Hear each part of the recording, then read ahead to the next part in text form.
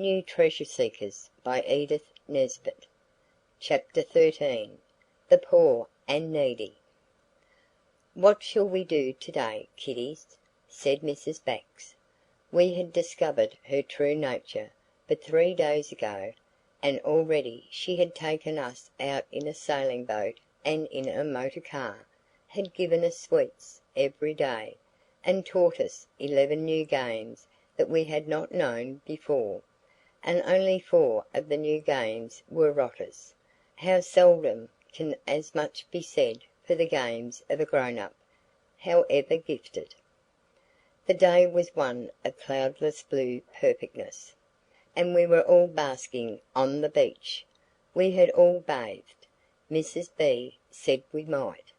There are points about having a grown-up with you, if it is the right kind. You can then easily get it to say "yes" to what you want, and after that if anything goes wrong it is their fault, and you are pure from blame.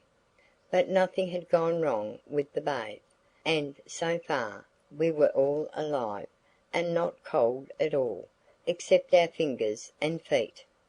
"What would you like to do?" asked Mrs. Bax. We were far away from human sight along the beach, and Mrs. Bax was smoking cigarettes as usual. "I don't know," we all said politely, but H.O. said, "What about poor Miss Sandal?" "Why poor?" asked Mrs. Bax. "Because she is," said H.O. "But how? What do you mean?" asked Mrs. Bax. "Why, isn't she?" said H.O. "Isn't she what?" said Mrs. Bax. "What you said why about," said H.O. She put her hands to her head. Her short hair was still damp and rumpled from contact with the foaming billows of ocean. "Let's have a fresh deal and start fair," she said. "Why do you think my sister is poor?" "I forgot she was your sister," said H.O., "or I wouldn't have said it. Honour bright I wouldn't." "Don't mention it," said Mrs. Bax, and began throwing stones at a groin in amiable silence. We were furious with H.O.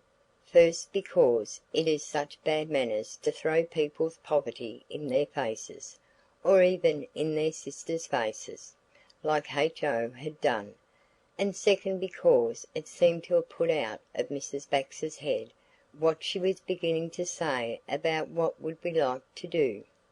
So Oswald presently remarked, when he had aimed at the stump she was aiming at, and hit it before she did, for though a fair shot for a lady, she takes a long time to get her eye in.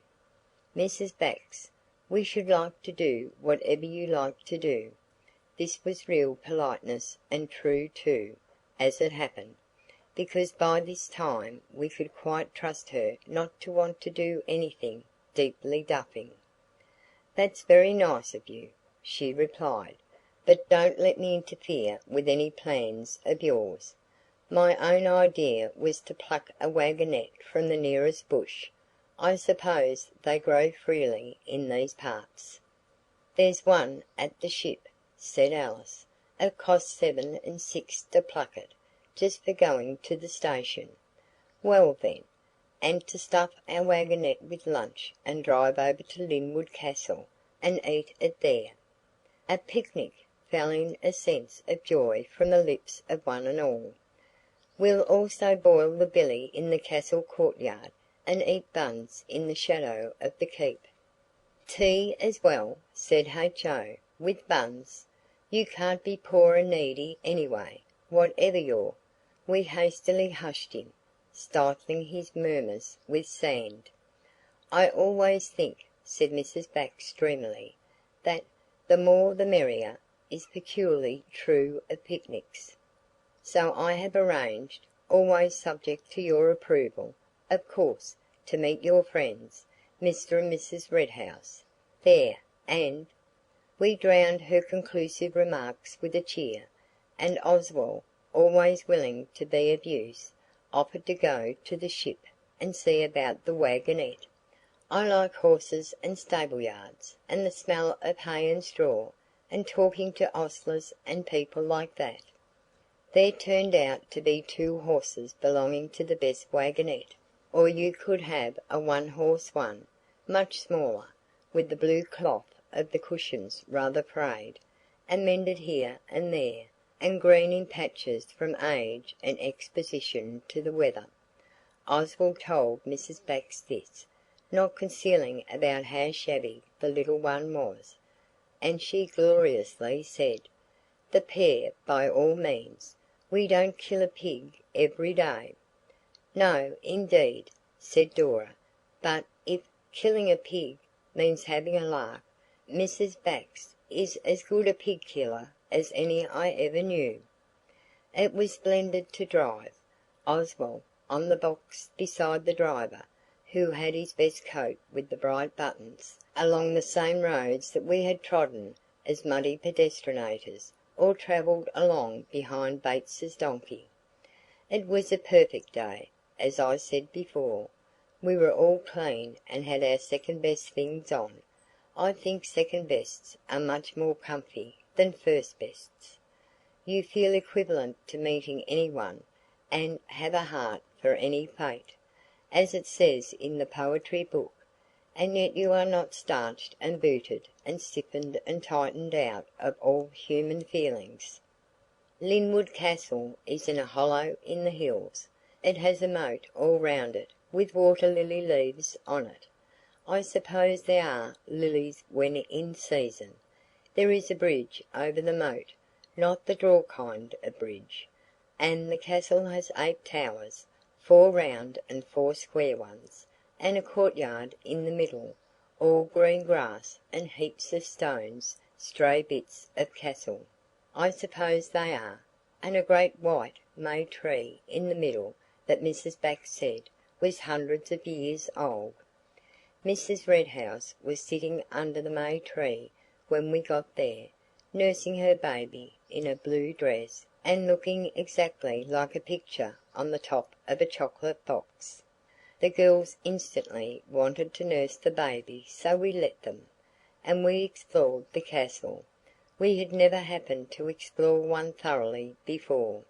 We did not find the deepest dungeon below the castle moat, though we looked everywhere for it, but we found everything else you can think of belonging to castles, even the holes they used to pour boiling lead through into the eyes of besiegers when they tried to squint up to see how strong the garrison was in the keep, and the little slits they shot arrows through, and the mouldering remains of the portcullis.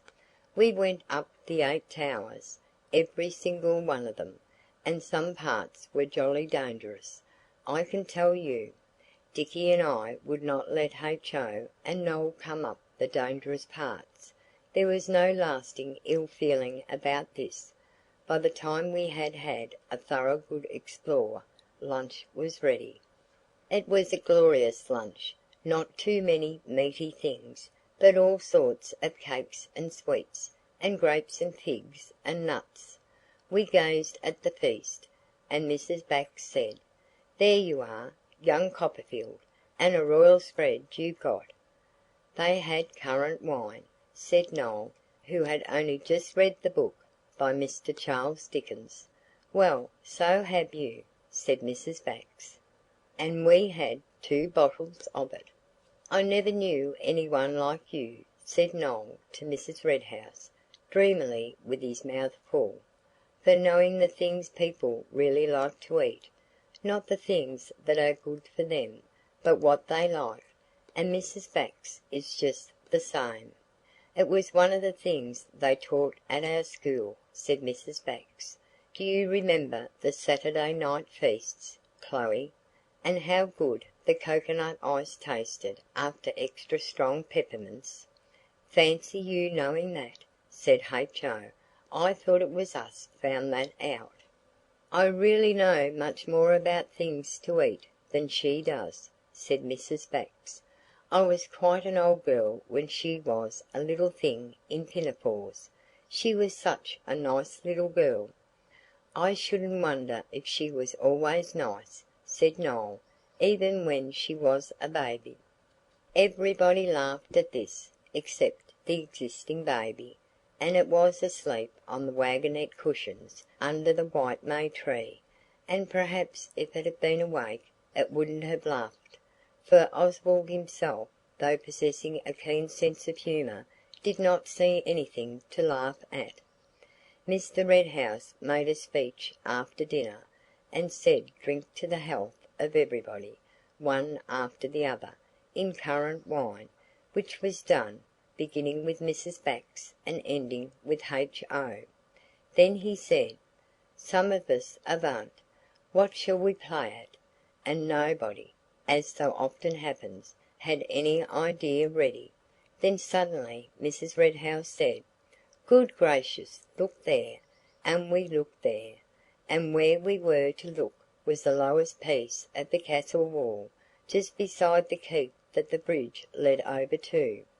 And what we were to look at was a strange blobbiness of knobbly bumps along the top, that looked exactly like human heads.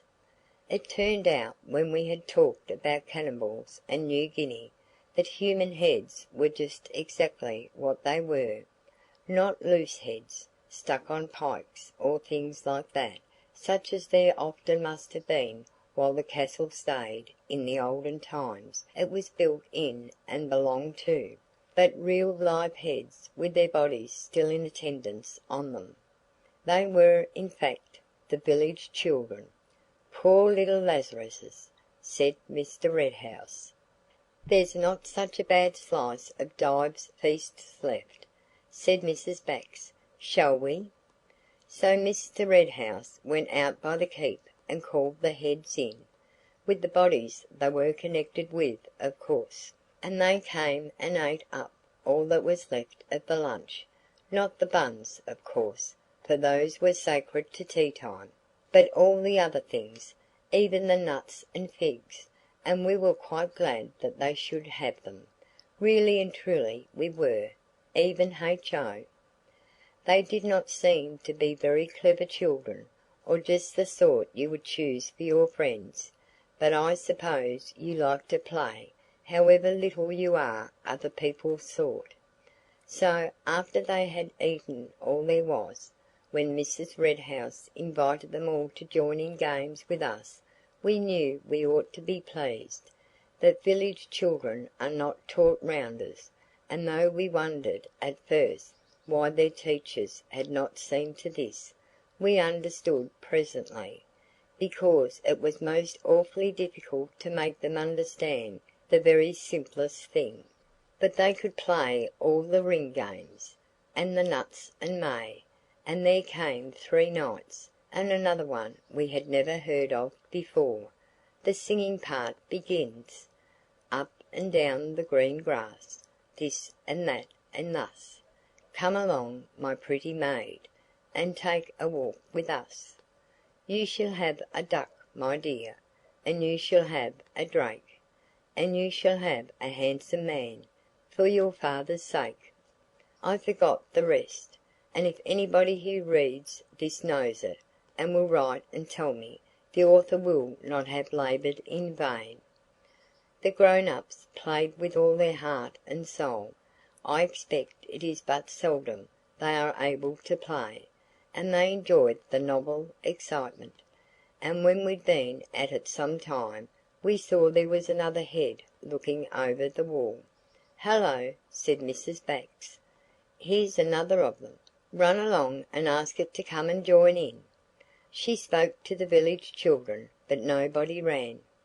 "Here you go," she said, pointing at a girl in red plaits tied with dirty sky-blue ribbon. "Please, miss, I'd liefer not," replied the red-haired. "Mother says we ain't to play along of him." "Why, what's the matter with him?" asked Mrs. Red House.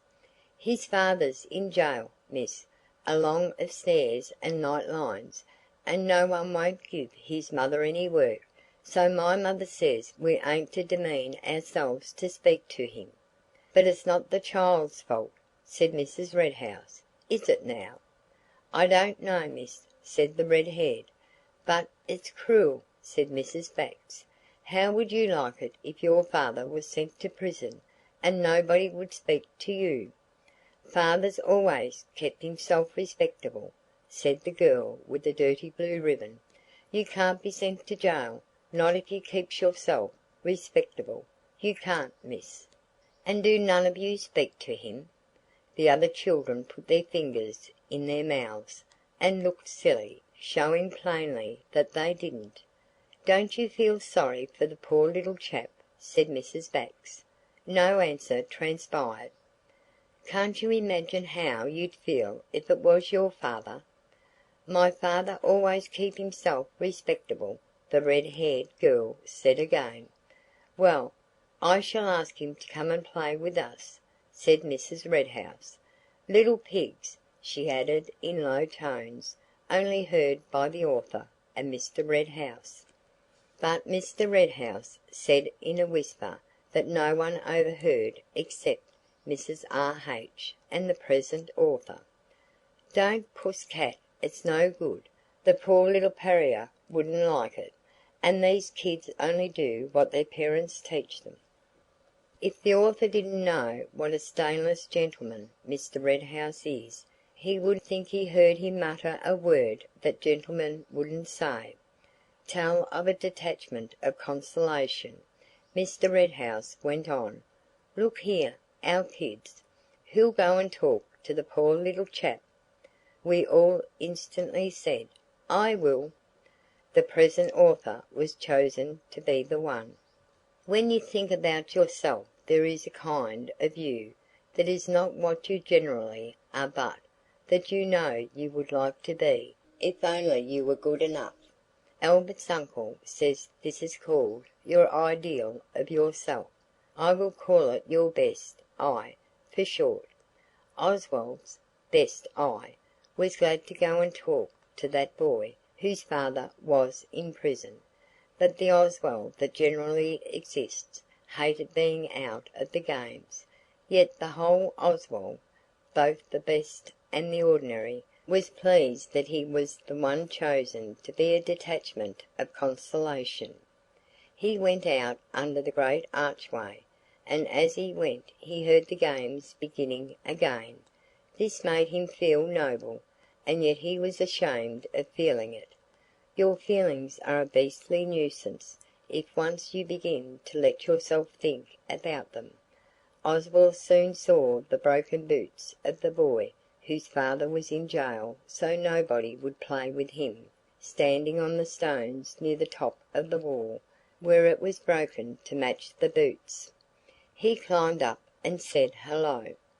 To this remark the boy replied hello. Oswald now did not know what to say. The sorrier you are for people the harder it is to tell them so. But at last he said, "I've just heard about your father being where he is. It's beastly rough luck. I hope you don't mind my saying I'm jolly sorry for you." The boy had a pale face and watery blue eyes. When Oswald said this his eyes got waterier than ever, and he climbed down to the ground before he said, "I don't care so much, but it do upset mother something cruel." It is awfully difficult to console those in affliction. Oswald thought this. Then he said, "I say, never mind if those beastly kids won't play with you. It isn't your fault, you know." "Nor it ain't father's neither," the boy said. "He broke his arm a falling off a rick, and he hadn't paid up his club money along of mother's new baby costing what it did when it come, so there weren't nothing. And what's a hare or two or a partridge? It ain't as if it was pheasants as it is as dear to rear as chicks." Oswald did not know what to say, so he got out his new pen and pencil combined and said, "Look here, you can have this to keep if you like." The pale-eyed boy took it and looked at it and said, "You ain't foolin' me?" And Oswald said no he wasn't, but he felt most awfully rum and uncomfy, and though he wanted most frightfully to do something for the boy, he felt as if he wanted to get away more than anything else, and he never was gladder in his life than when he saw Dora coming along, and she said, "You go back and play, Oswald. I'm tired, and I'd like to sit down a bit." She got the boy to sit down beside her, and Oswald went back to the others.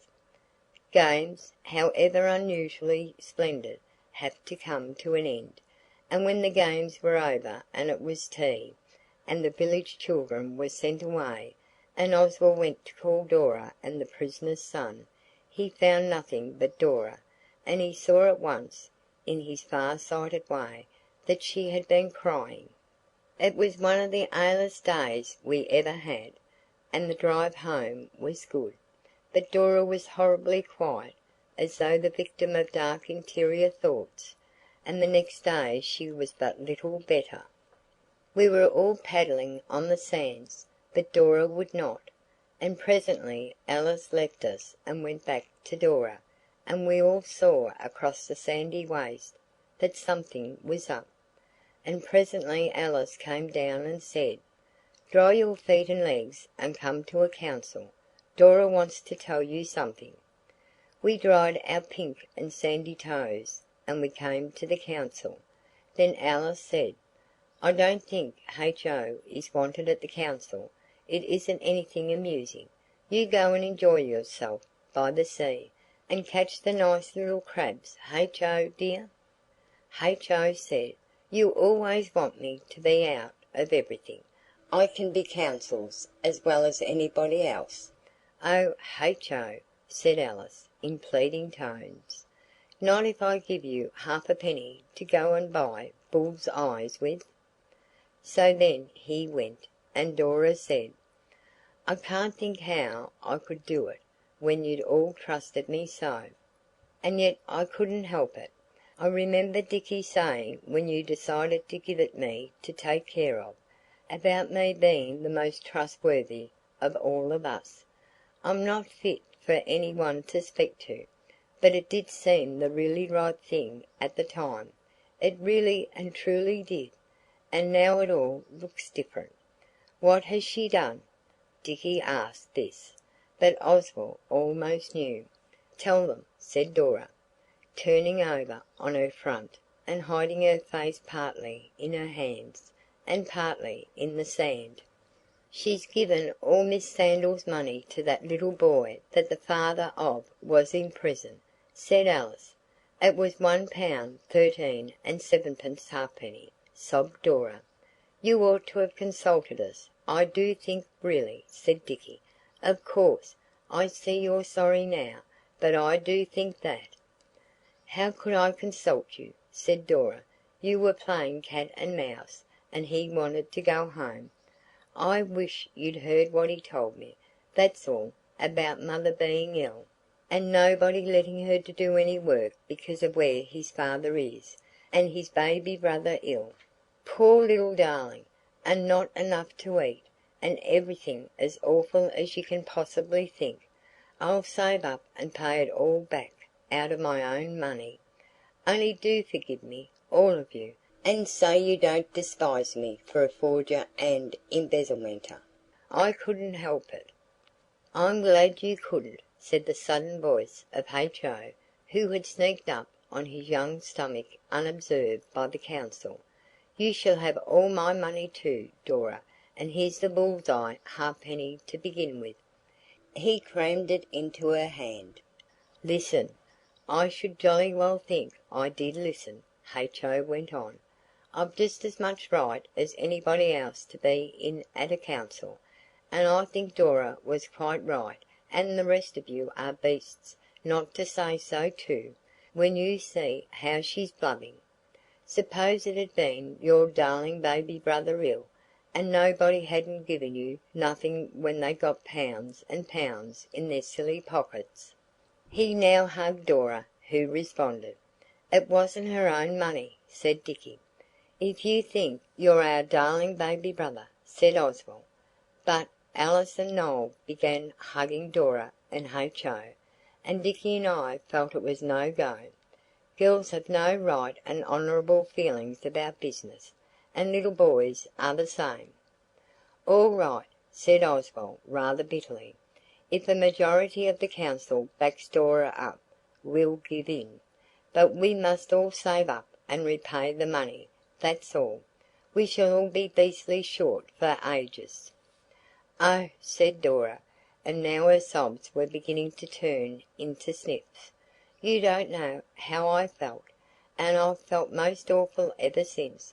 But those poor, poor people—" At this moment Mrs. Bax came down on to the beach by the wooden steps that led from the sea wall, where the grass grows between the stones.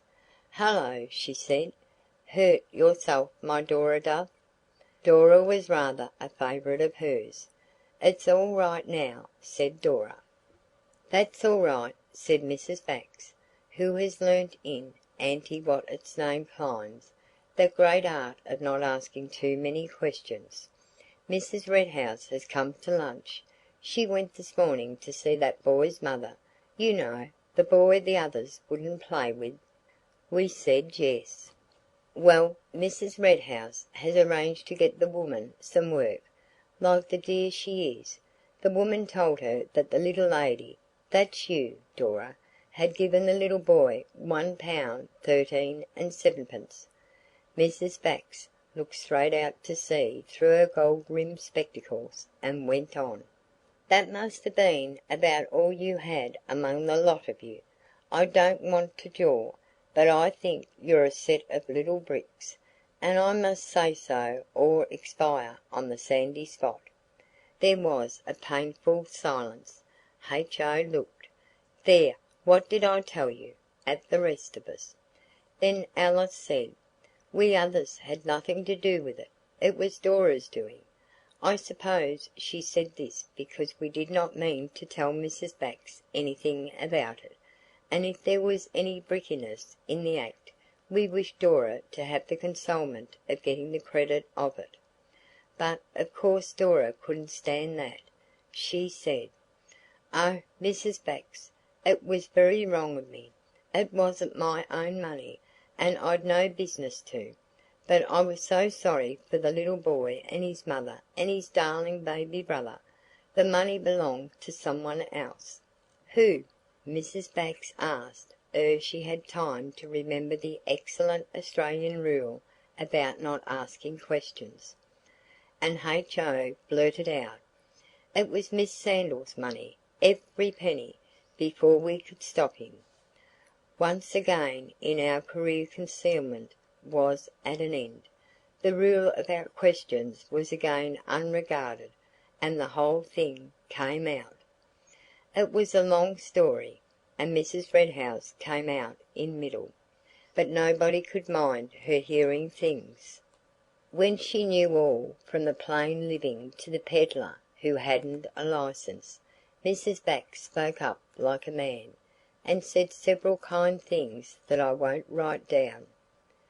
She then went on to say that her sister was not poor and needy at all, but that she lived plain and thought high just because she liked it.